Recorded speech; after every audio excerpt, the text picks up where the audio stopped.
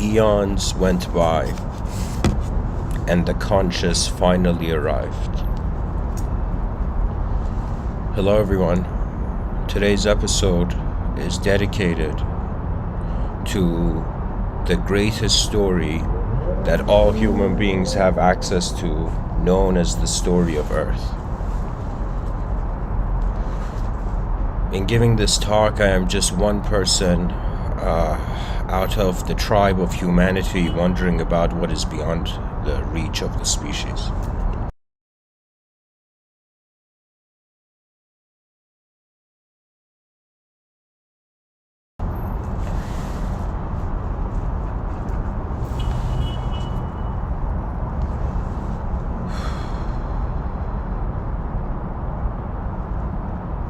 The arrival of the conscious is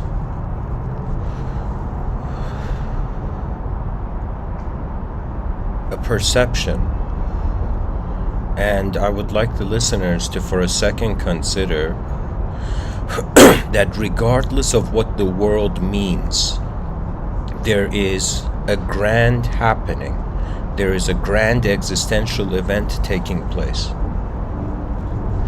Now, this existential event started from an unconscious position. That means the more we look back at history, there was no history.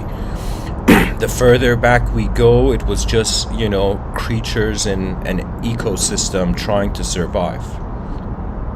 But something very unique happened. Something that was either the destiny of an animal or the entrance of a celestial mystery. At some point, evolution turned an object into a subject to itself.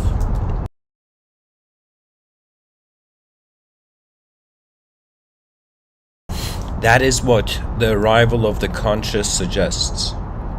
You see, it's one thing just existing in a world. When it comes to existence, there is actually no comparison. Everybody is existing. But when it comes to how, why, when, where, all of this, when we start attaching context to just an existential occurrence, then subjectified meaning takes place. You see, it was as if there were two miracles that led to the development of the human mind.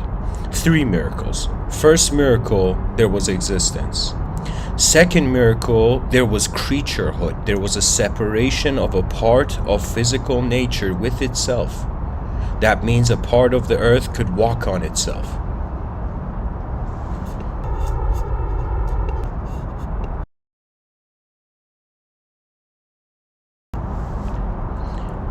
Then, the last miracle was in some sense how a separate physical phenomena from the planet began noticing itself as being separate. It's like somebody separated from their loved ones and they feel the physical separation, but there's also a psychological separation. The awareness of the evolutionary animal to how it is being an individual. That means think about the earliest, let's say, prototype of the human design.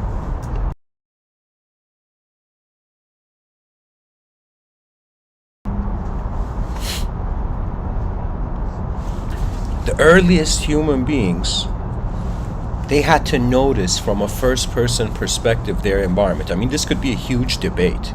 It could be that consciousness, or there could be like intelligent fields where the soul resides, and the intelligent field, it's as if, you know what it is? It's like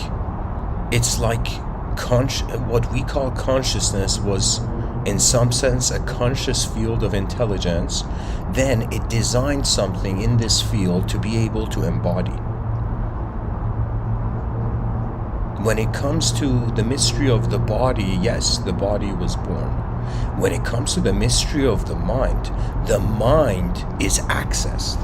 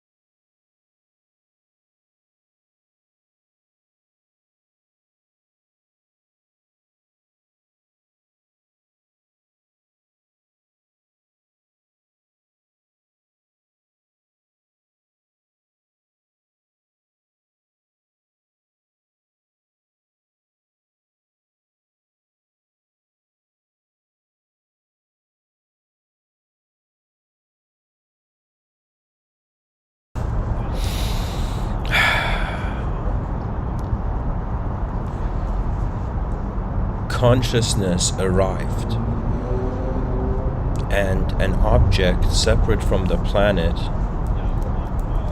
notice that internally it has relationships with the planet that are inseparable. There's this man by the name of Swami Krishnananda. He says a very remarkable quote in one of his books. He says, meditation stops the moment you realize the inseparability of the individual activity and the cosmic activity.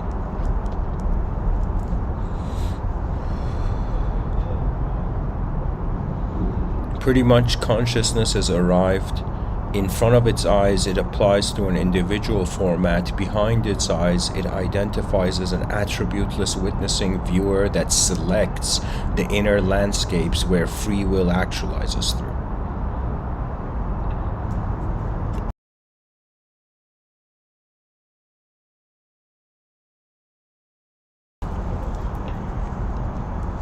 It's as if there was an existential force that was just being responsible for itself, and then an experiential force became responsible for the existential.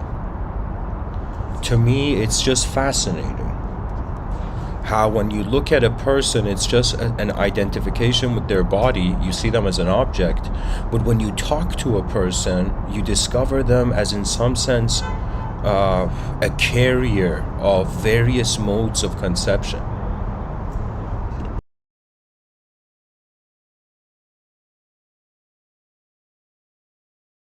For me, when I think about life and its intensity and its importance, there's a strategic military quote where I think it's in Sun Tzu, Art of the War, in The Art of War by Sun Tzu. Excuse me. Or it's in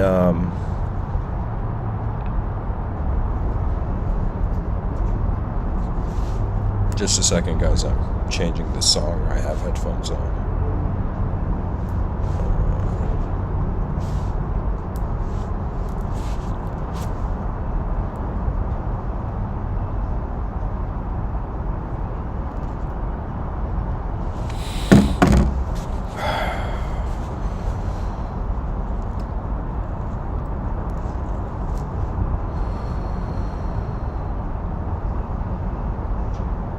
It's as if a dimension was added. That's what I'm trying to get to.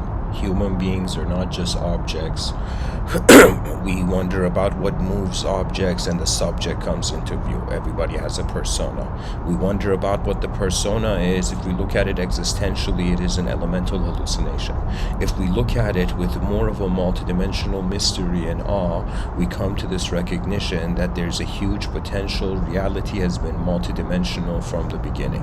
What that means is that the mysteries in one dimension are rooted in other dimensions. That means it's as if a person is in the room of a house, inside a house, inside of a house, inside of a house, to ad infinitum, and it's as if the person's true enlightenment is to realize that the room of their house is not the only house, is not the only room in the house. You see, that's the nature of reality. That's what I feel that the future generations will be more inspired to, because really what it is that even though there is notions of leadership, there's notions of inspiration, but I will tell you, it's honestly about the passion of where one will find their attention. That means imagine that there's a pilot and there's passengers on the plane. The passengers, they care for the pilot while they're on the journey, but the moment they step off from the plane, the journey of why they headed to their destination becomes important.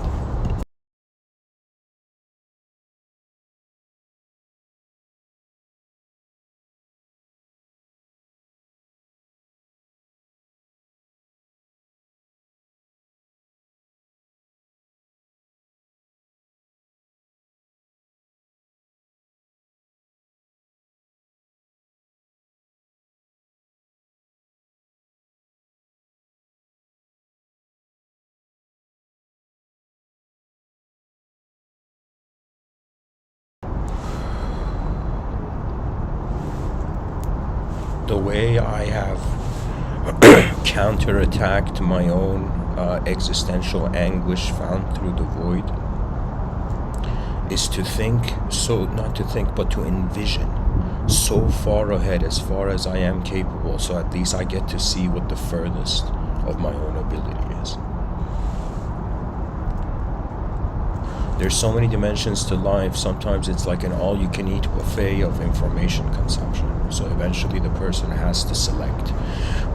The arrival of the conscious is a suggestion that free will has become the major monitoring system of reality's meaning. And what free will is the potential of perception actualized in front of the eyes. If we have been multidimensional beings from the beginning, think about how much of our explanation of what is really reality is missing out.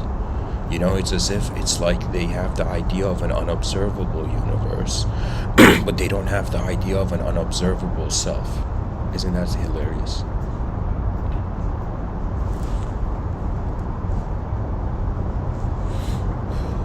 It's an unobservable universe. Like the moment that statement is made, it's a suggestion that the species' finale of meaning is playfulness. That means it's as if like the comedians got one thing right, you know, where in some sense they realize that to take reality serious is to in some sense break towards the void, you know. And when I say serious, I mean it's really where your attention is directed. You might be so fascinated when you realize how much of life is not ideological classification. Ideological classification is substituting for an unknown experiential actualism. Like something is happening here that is way more than any way we can see it. Because how we see things is self-projection and self-simulation. You see, there's a if you treat reality as a simulation, religion suddenly gets a different contextual vibe than if you think about reality as being like the main place. For me, I can tell you religion has been like a tower, and I have walked around the edges of this tower. Not from inside, but, you know, I would say a little bit from inside and also from outside. And what I have noticed is that human beings are not satisfied because there is an urge of exploration, because there is a desire to know what we can. It's as if we will never be content with what we get. You know, it's the whole philosophical, you know, argument of, hey, is heaven going to be boring? Is a repetitive success boring? Or is a repetitive defeat boring? You know, that's pretty much the notion of hell and heaven. Do you know? It's as if could the psychology reach a certain point where it, for a second, puts on hold, like Tony Stark stepping out of an Iron Man suit, the whole linguistic simulation, the gains of linguistic simulation, and looks at really how unknown life is. When you see the unknown presence of reality, what happens after is very interesting, because you are the known variable. It's as if you discover a gigantic empty room, and then you ask yourself, is it empty? Then you realize you are in the room. You know, it's as if life is meaningless until you find yourself staring back at you in the mirror. You know, it's like the mind has an incredible ability, and the more information it is exposed to, the more its subconscious has image projection ability.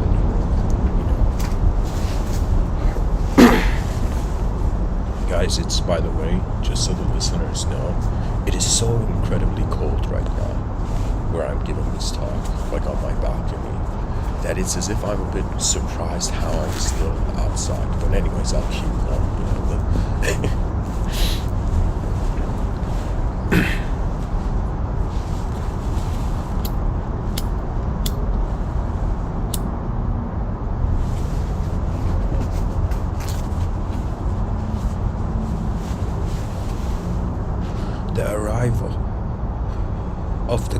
conscious means a very great guest has entered. That means, imagine, I have this view. I've spoken to a lot of, you can say, spiritual minded people, and I have noticed a common denominator that for most spiritual people, they see life as a school. It's as if the body doesn't have only an evolution process, but the soul has an evolution process, and it's as if every lifetime the reincarnating being is graduating from its previous attachments. Even in Chinese mythology, there were sayings as if oh my God, that being. It was as if there were Chinese warriors that had given up their ascension in their previous life just to come back and serve the realm. So they would incarnate in a blessed life or something like that in Chinese mythology.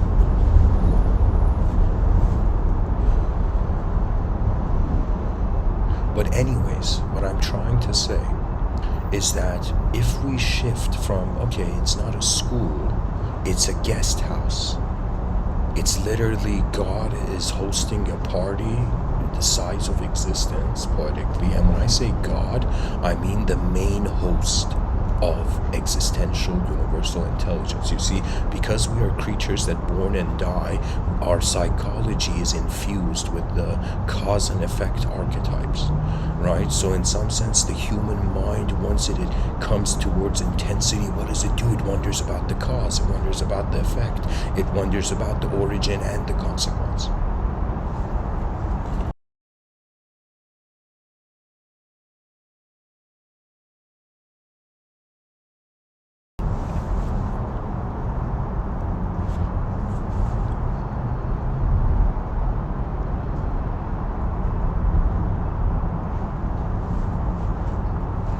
So instead of a soul, imagine if it's there's a party, existence is a party. I'll dive into this metaphor. Existence is a party. There's a host of the party. Call it whatever you like. Call it source of the Big Bang, or call it God, whatever.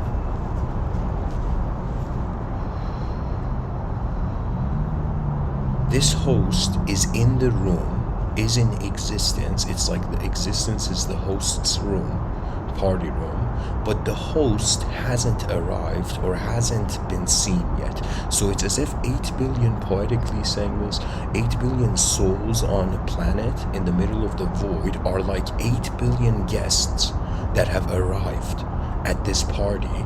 And at this party, they're waiting for the main host to arrive. Now, to the futurists, God is the future. This is very important as a distinction to make, because if in the future we're seeking ultimate capability and freedom, then the archetype of a personal king, universal king arrives.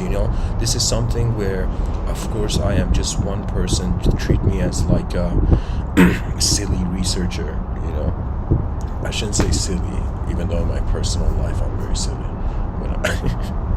but here, I'll say it this way. As a human being that has looked at reality and wondered about its ultimate focal points of meaning, or it's as if people saw the sun and the sun's light beams illuminated the universe. Now we're wondering about what is illuminating the presence of existence before the sun. We're trying to find the soul like a hidden sun, where it's the mind is its beams, Now, to me, I was okay, before the prophetic voice, before ink on paper became universal law, there was the concept and archetype of kings. My background is Persian, and it's very strange, but I think this might have something to do with my psyche, but it's as if even though Iran is an Islamic country, for me the concept of there being a king is so incredible. They say something in political science that the leaders of nations, their archetypes echo on to the children of the future generations that are born in that nation. That means it's the adults of the nation are where the children of the nation are attaining their identity. This would be pretty much how an advanced system would treat the human being. It's as if it would become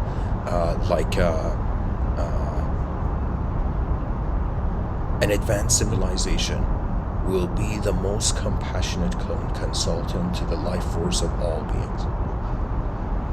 I don't know how to say this, but the future will care for us in ways that we never could. That is its power. People think in the future it's just going to be advanced technology, bombs or sophisticated spaceships. No, there's going to be such an advanced level of multidimensional acknowledgement of the human psychology that it's as if a person looks at someone and sees that they can be good, bad, and they can be endless variations of chaotic and ordered relationships. To me, the idea of the king seems to be an archetype where, once multiplied by the universal scale, by the universe, pretty much it's as if God, to me, is a universal king. And it's a king where every person is like every religious person. Technically, they're being a servant of God. They're not worshiping God, they're serving God, right? You see, everything, think of it this way, it's like if the future is going to be multidimensional, everything we're looking at from a singular fixed dimension now is multidimensional.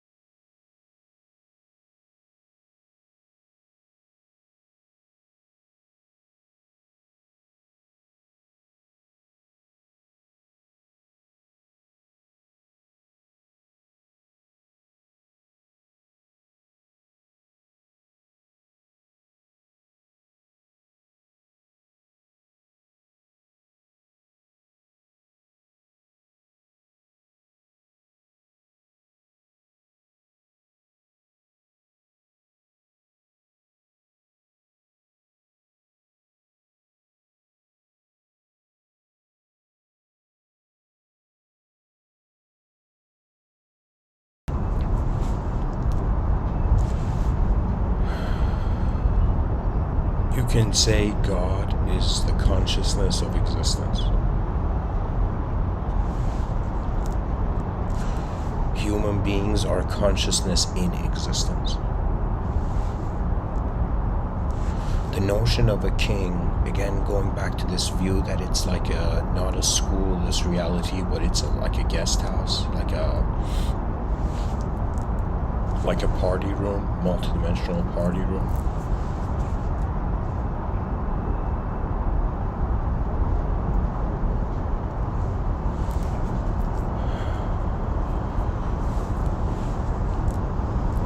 It's as if man is waiting for the host.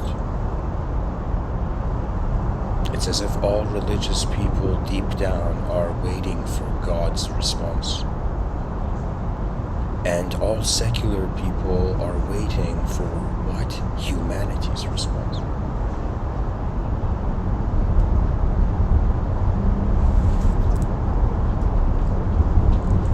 Imagine 8 billion, poetically I'm saying this, imagine 8 billion unique extraterrestrial or galactic creatures from all around the realm of the universe. It's as if one higher galactic authority wanted to put all these creatures into one room, right? You know what it is? It's as if our humanhood is our connection with all other humans. And to care for that humanhood, to serve the humanhood, is serving the ultimate state of the human being. And poetically, to serve God is like serving the ultimate state of the human being. That means it's as if both aim there. One thing that all ideological systems have in common on this planet is that they require advancement to exist.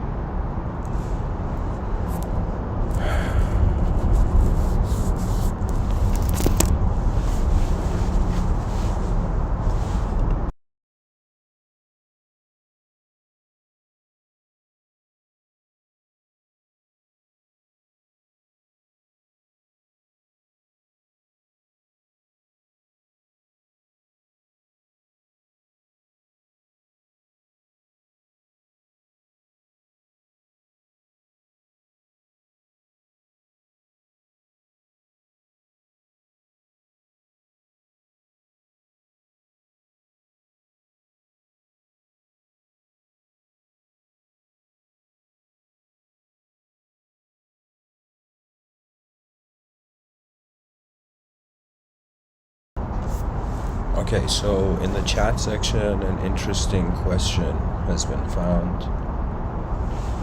A user says, why would they wait? Why not enjoy life while waiting? That's serving God to, I think, enjoying this wonderful planet that's here for us. You see, there is irresponsible joy, and then there is responsible joy. Okay?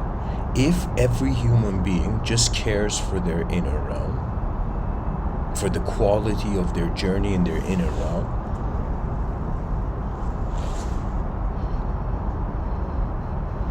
or let me say it this way, let me say it in a better way. Let me say that imagine, right, everybody just went enjoying their own private server, they lived only their mind's life, they didn't care about the collective. Okay, that means imagine there was war happening on some parts of the planet, and people were like, it doesn't matter to me, I'm living my individual life, and if I live my highest joy, everything's going to be great, right?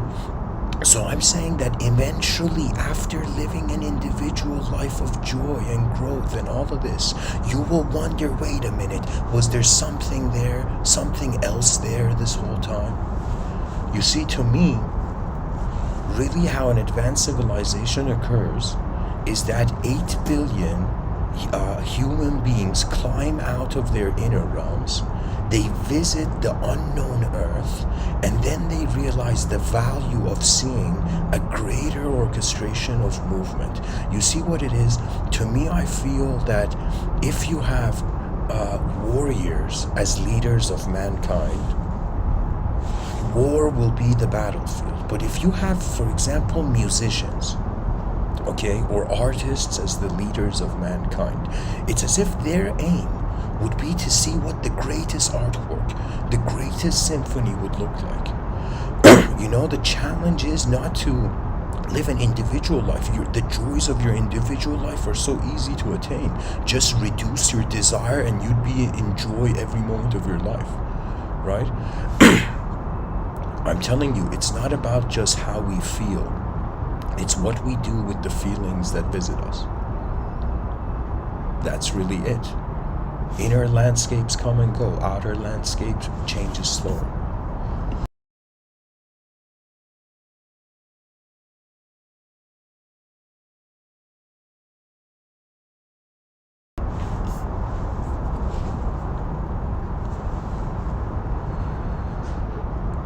There was this idea, pretty much the distinction between bodhisattvahood and Buddhahood. Buddha is what you call someone who has went from an individual hell to an individual heaven. Bodhisattvahood is when the being that reached the individual heaven noticed that that's the starting point where you notice the collective hell. Why do you think so many trillionaires and billionaires are all being philanthropists? It's because at the peak of individual development, you notice the collective suddenly, right? And you realize, oh my God, the species was here from the beginning, right? It's like,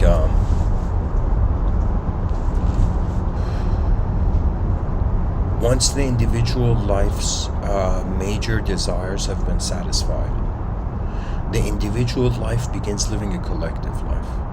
Now, once you the individual from the individual heaven, you notice the individual hell, which means, let's say you're an advanced human being in a very non-advanced civilization. You're an efficient human being inside an inefficient world, right? So the next thing is left for the individual. It's as if the collective heaven awaits.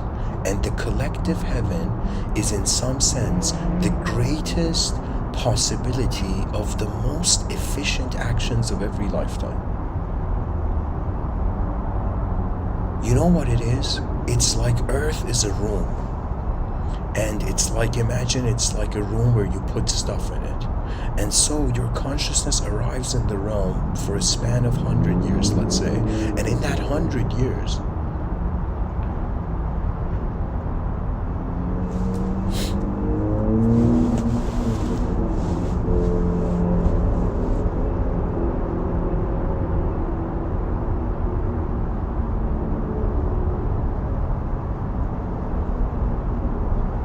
you have a chance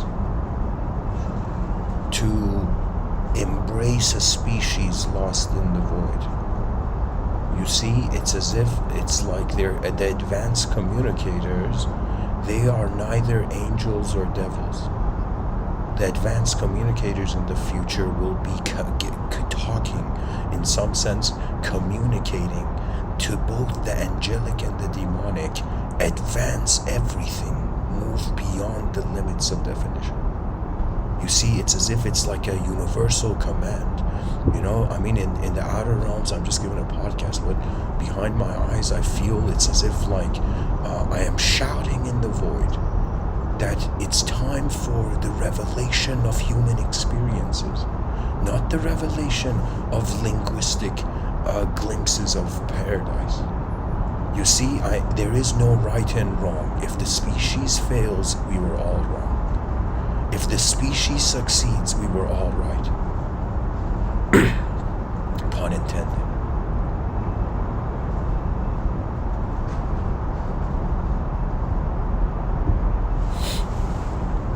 So enough of this personal development. Everybody's person is developing either way. Do you know? It's as if you choose to hold it's like what I'm saying in these talks is in some sense not that people should change their conceptual position.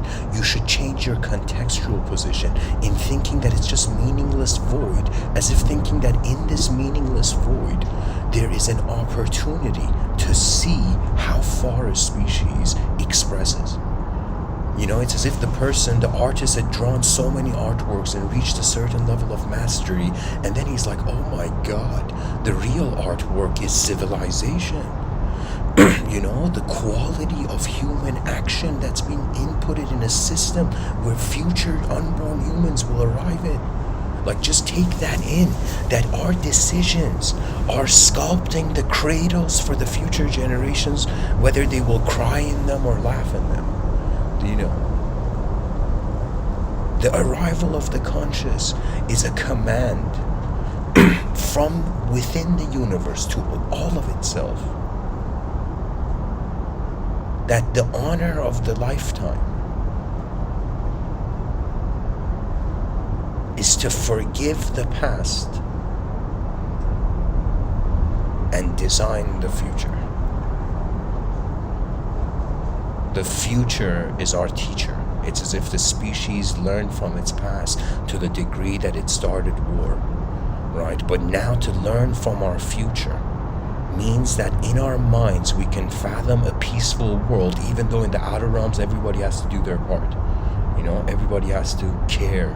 It's like pretty much this is the meaning of, I shouldn't say meaning of life, but really, if a person doesn't care for something, it doesn't advance. I have noticed this.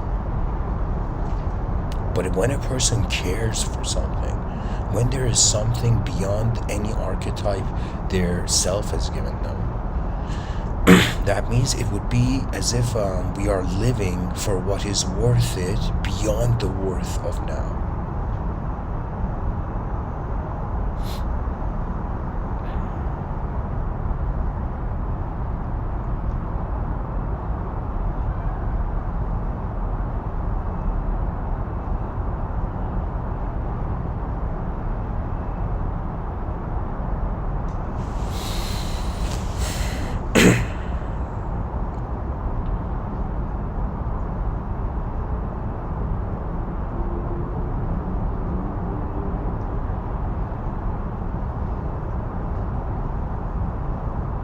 Why is there consciousness here?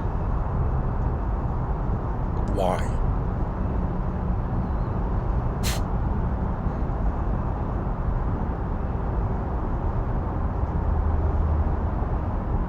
When will we see the continental philosophers of the realm roar, fearlessly against what but against, in some sense, how would I say it? It's as if like the eyes of the world need to open through a new angle.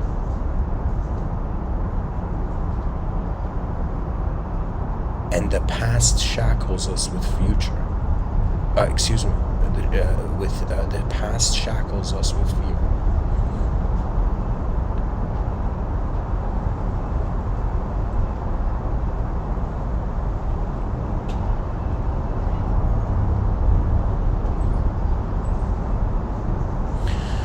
anyways, I'm gonna go. I think it's too cold. But anyways, I'll say something about the subtitle. Micro-Archetypal Adaptions for Unknown Macro Events. Pretty much I'm saying that once consciousness has arrived, its next task, or it's like what it's going through as a process of a species, is in some sense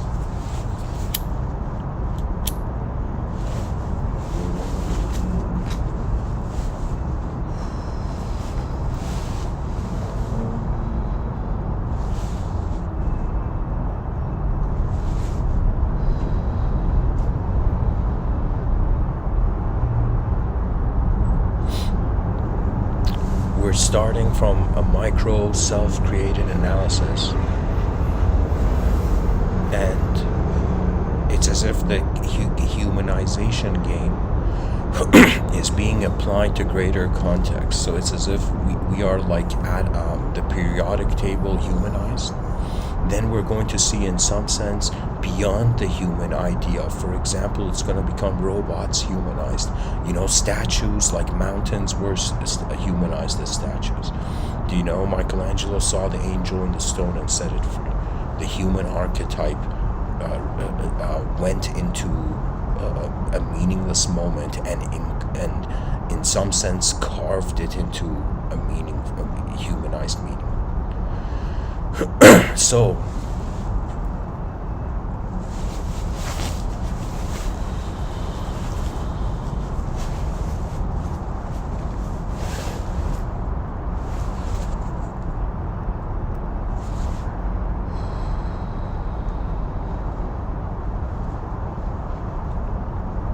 the human psychology is copy-pasting its major archetype into other things.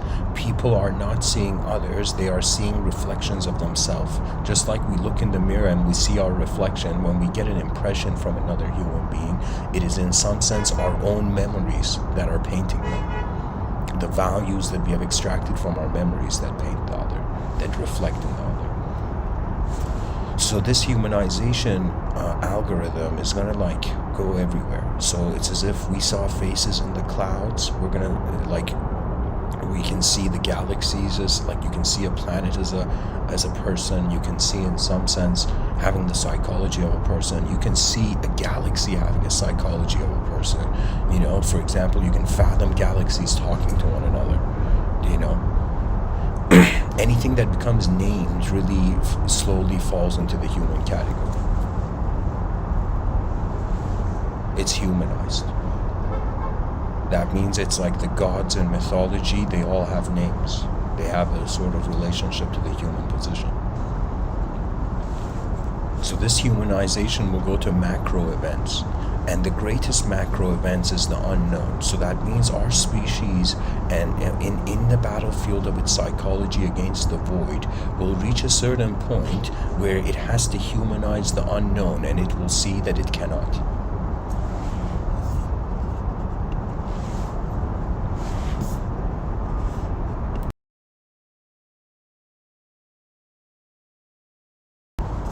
When that point comes, the conscious, their arrival, it's as if they're reaching a point where if they had arrived in a location, now begins the life of intelligence beyond shape.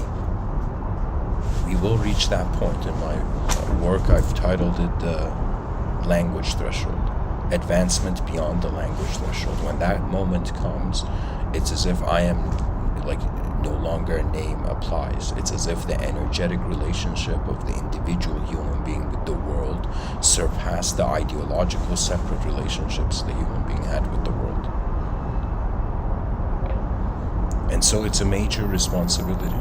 It's as if we have a dimension of intelligence and we are using technologies, both linguistic and non-linguistic. That means we're using ideas as the framework for technology, and at the same time we have technologies that can inspire ideas. And even cyberspace is coming, so it's as if the person had a physical life, an outer life, and they had an inner life where imagination happened, right? So now they have a third life where it's as if like semi-outer, semi-inner. That's cyberspace. And so the multidimensional is just, it's already here. It's like the rug was pulled under our feet, from under our feet the moment a human being realized, like the Buddha realized we're not a thought. There's a reason the Buddha said it, it's like there's this idea that once enlightenment is attained, the only way you can be enlightened is if the world is enlightened. If you're enlightened in an unenlightened world, you are not enlightened. So that means the inner position, it's as if the context of the world shifts in it already being the best it can be, the most advanced it can be. That means this is the only way I have found that my inner realms can stabilize in the outer realms. It's as if everything is advanced, but as it aims towards more advancement, it's as if like the advanced can advance instantly. 8 billion creatures on a rock in the middle of nowhere. How they walk this earth will suggest how the future generations can walk in it. And so what does that mean for the individual? Let's say you're someone in this world and you're like, why should I, spend my life caring for a civilization that didn't see me in the first place? And I'll tell you, the mistakes of civilization 1.0 should not become the condemnations of civilization 2.0. It's as if when you look at the past, the best attitude is to be like, okay, that's the best they could do. And when you look at the future, you see all the different ways that it can happen. The future is multidimensional for them. The past is like a sort of singular attachment to a worldview. Wonder about not only what is looking through your eyes, but what is looking through your eyes will in some sense prepare the realm for the arrival of the universe's remembrance. What I mean by that is that the host of reality, its arrival is when it's as if like when everybody's in the party room, when 8 billion human beings all have a sort of care for the advancement of everything, that's when truth realizes. It's as if they say when the student is ready, the master appears. So similarly, when human beings reach an advanced state of mind, then the logos, or you can say the winds of evolution, bring forth your work. And as you, through the trust of the future's greatness, take steps, that work becomes fulfilled. But during reality, it's as if like an object became a subject. Now it's trying to ignore the mystery, the mysterious source of how it's a subject, to just stay as an object. But when it realizes that mysterious source of how it's being a subject in the moment, it's as if it's like the bizarre recognition that what free will is before a person does anything is attention and energy being one moment. Attention and existence is being one moment. And from that moment, it's as if an advanced civilization doesn't have time to be unfree. The conscious are conscious because it is in some sense the great work of nature. We are nature's artwork, being able to draw, being able to hold the pen,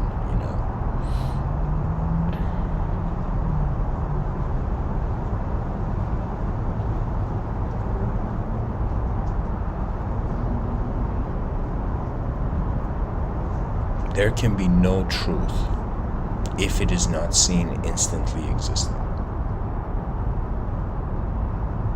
And if truth is instantly existing, the illusion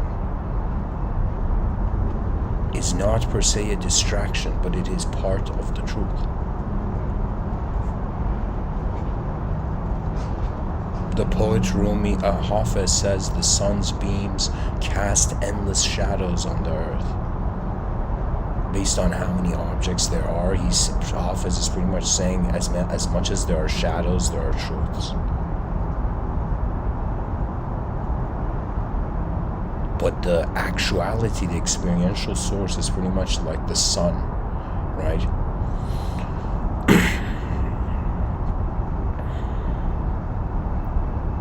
We're all, to some degree, simultaneously not just children of the earth, but children of the sky. We are children of starlight. Or in one talk early on, I said memories of starlight. We're all memories of starlight. Anyways, guys, the wind is speaking and the weather's getting colder. Thank you for listening, and comment below what you think the arrival of the conscious means. Much blessings and namaste.